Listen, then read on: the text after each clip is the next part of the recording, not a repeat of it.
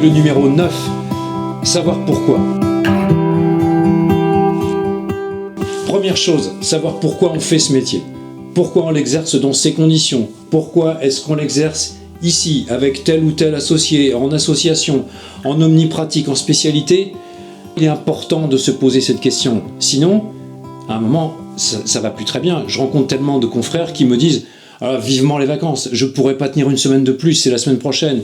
Ou certains qui me disent « j'attends la retraite avec impatience, quelquefois 5 ou 10 ans avant ». Mon Dieu, mais pourquoi on fait ce métier? Ça, c'est le signe, vraiment, qu'on fait quelque chose avec quoi on n'est pas en accord. Si on est en accord avec ce qu'on fait, si on répond à son « pourquoi je fais ça », on va prendre plaisir à travailler. C'est quand même important de prendre plaisir à travailler. Donc, sachons pourquoi on fait ça et posons-nous la question en permanence, chaque jour. Parce que tout ça, ça peut changer. Deuxième rubrique dans laquelle il est important de savoir pourquoi on fait les choses, ce sont nos traitements. Pourquoi est-ce qu'on va mettre en œuvre tel traitement? Pour quel objectif thérapeutique? C'est important que nous soyons en accord avec ça, avec les traitements que nous faisons, que nos patients soient en accord avec ce traitement. Ne faisons jamais un traitement avec lequel nous ne sommes pas en accord et ne délivrons jamais un traitement à un patient avec lequel on sent qu'il n'est pas complètement en accord. Sachons pourquoi on fait ce traitement, quel est l'objectif thérapeutique, définissons-le avec le patient.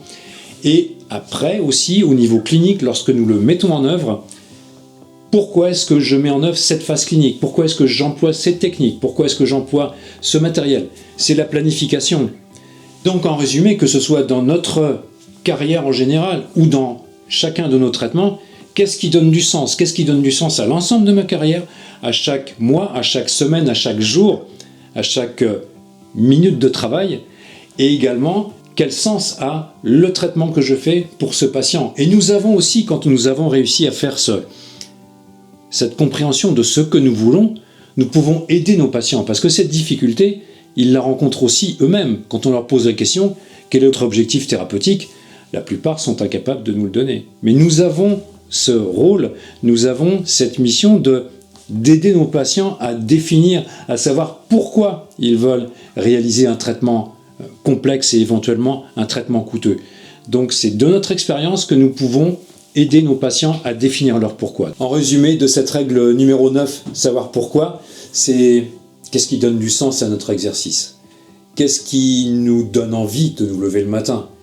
Et qu'est-ce qui fait que nous allons garder notre énergie sur le long terme?